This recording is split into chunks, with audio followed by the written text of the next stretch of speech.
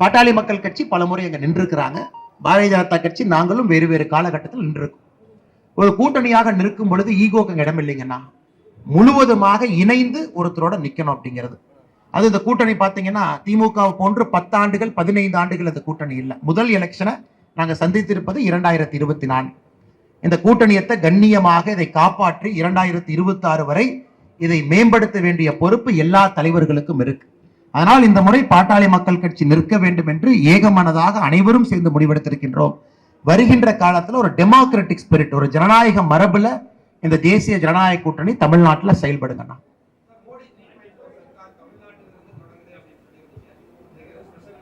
இது இல்ல, நீங்க காலையில இருந்து செய்தி நிறைய போடுறீங்கன்னா மோடிஜி அவர்கள் தமிழகத்திற்கு வர்றாங்கன்னு. இதை அதிகாரப்பூர்வமாக ஒரு கட்சியின் சார்பாக நான் அறிவித்தால் சரியாக இருக்காது. நாளைக்கு உங்களுக்கு அதிகாரப்பூர்வமான அறிவிப்பு வரும். 2024 ஜனவரி 2ஆம் தேதி முதல் விசிட் தமிழ்நாட்டுக்கு. அதே போல கேபினெட் இப்பதான் செட்டில் ஆயிருக்கு. மோடிஜி அவர்கள் G7 மாநாடு இட்டலி போயிட்டு வர்றாங்க. வந்த பிறகு உள்நாட்டுக்குள்ள நடக்கக்கூடிய ஒரு முக்கியமான நிகழ்வும் நம்ம ஊருக்கு வர்றதுக்கான வாய்ப்புகள் அதிகமா இருக்கு. அதிகாரப்பூர்வமா மாநில அரசு சொல்லுவாங்க, அதால் முறை. கட்சியின் சார்பாக நாங்க சொன்னது தவறா போயிரும். அதனால் நாங்கள் மிகுந்த சந்தோஷத்தோடு இருக்கின்றோம். வெகு விரைவில் பாரத பிரதமர் மோடி அவருடைய வருகை தமிழ்நாட்டுக்கு இருக்கும் என்பதிலே பெரும் மகிழ்ச்சியோடு காத்துக் கொண்டிருக்கின்றோம்.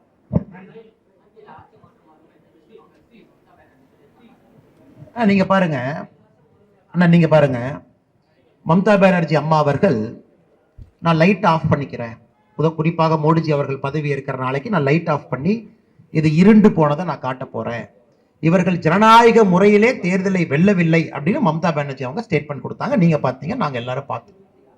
ஆனா அதே இடத்துல காங்கிரஸ் கட்சியினுடைய தலைவராக இருக்கக்கூடிய மல்லிகார்ஜுன் கார்கே அவர்கள் நம்முடைய மோடி ஐயாவுடைய பதவியேற்பு விழா, முருகன் ஐயாவுடைய பதவியேற்பு விழாவுக்கு மல்லிகார்ஜுன கார்கே அவங்க அந்த பதவியேற்பு விழாவுக்கு வந்தாங்க. இந்தியாவுக்கு சுட்டி இருக்கக்கூடிய அண்டை நாடுகள் எல்லா தலைவர்களும் வந்தாங்க. ஏன் நீங்க எல்லாம் சொல்றீங்களே, பாருங்க நமக்கு இந்த நாட்டோட பிரச்சனை இருக்கு, மாலடீவ்ஸோட பிரச்சனை இருக்கு, அந்த நாட்டினுடைய அதிபர் உட்பட எல்லா தலைவர்களும் வந்து கலந்து கொண்டு அற்புதமான ஜனநாயக நிகழ்வது. அதனால் நிச்சயமாக 5 ஆண்டுகள் நம்முடைய கூட்டணி வலிமையாக இருக்கும். 5 ஆண்டுகள் மோடி அவர்கள் பிரதமராக இன்னும் பலமாக இருப்பார்கள். நீங்க பிரதமர் அதே 100 டே பிளான் அமைச்சர் சொன்னாங்க.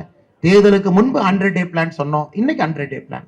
அதே வேகத்தோடு இருக்கின்றோம். எங்களுடைய வேகம் எங்கேயும் குறையவில்லை. காரணம், நாட்டு மக்களுடைய வளர்ச்சிக்காக மோடிஜி 3.0 கேபினெட் நமக்காக பணியாற்ற போது. கடைசி கேள்வி எடுத்துக்கலாம்.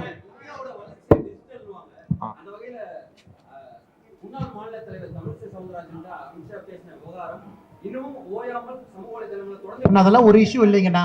தமிழிசை அக்கா கட்சியினுடைய மூத்த தலைவர், பெரிய தலைவர், 5 ஆண்டு காலம் கட்சியினுடைய மாநில தலைவராக கடுமையா போராடினாங்க. உங்களுக்கு தெரியும் அப்ப சூழல் எப்படி இருந்துச்சு. அதன் பிறகு ஒரு மாநிலம் அல்ல, 2 மாநிலத்தினுடைய ஆளுநர் அவர்கள் தனிப்பட்ட அவங்களே ரெக்வெஸ்ட் பண்ணி, நான் தேர்தலிலே போட்டியிட வேண்டும், தமிழக பாரதிய ஜனதா கட்சியினுடைய வளர்ச்சிக்கு பாடுபட வேண்டும், மக்களுக்காக சேவை செய்ய வேண்டும் என்று அவங்களே ரெக்வெஸ்ட் பண்ணி அனுமதி பெற்று அவருடைய ராஜினாமா என்பது குடியரசுத் தலைவரால் அங்கீகாரம் செய்யப்பட்டு திரும்ப வந்து கட்சியில சீட்டு கொடுத்து சவுத் சேனல் நின்னார். ஆனால் தமிழிசை அக்கா அவருடைய உயரம் இந்த கட்சியிலே மிகப்பெரிய உயரம்.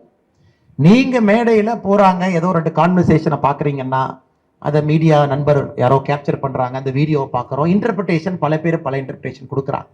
நம்முடைய கட்சியை பொறுத்தவரை இது ஒரு குடும்பம். அமித்ஷாஜி அவர்களை பொறுத்தவரை எல்லோரையும் குடும்பமாகத்தான் பார்ப்பாங்க. இதுல யாருமே ஏற்றம் இறக்கமாக நம்முடைய கட்சியில யாரும் பார்க்க போவது கிடையாது. அதனால்தான் தமிழிசை அக்கா அவர்களை இன்று இல்லத்திற்கு சென்று நான் சந்தித்து விட்டு வந்தேன். இந்த கட்சியினுடைய வளர்ச்சிக்கு மிக முக்கியமான தலைவராக இருந்து கொண்டிருக்கின்றார், இருக்க போகின்றார். அதனால் அதுல வந்து யூகத்துக்கு எந்த விதமான வேலையும் அதுல இல்லைங்க. அது பாசம். அமித்ஷாஜியினுடைய பேச்சு அது பாசம் தான். எங்ககிட்ட பேசினாலும் அப்படித்தான் பேசுவாங்க, எல்லாருக்கிட்ட பேசினாலும் அப்படித்தான் பேசுவாங்க. அமித்ஷாஜியை பொறுத்தவரை அது பாசம் மட்டும்தானே தவிர எங்கேயுமே கண்டிக்க மாட்டாங்க. காரணம், அவரும் இந்த கட்சியினுடைய காரியகர்த்தா. அது பிரதமராக இருந்தாலும் எங்கிட்ட சொல்றது, எங்க பொறுப்பை பார்க்காதீங்க, நாங்களும் காரியகர்த்தா, ஓப்பனா பேசுங்க, ஃப்ரீயா பேசுங்க.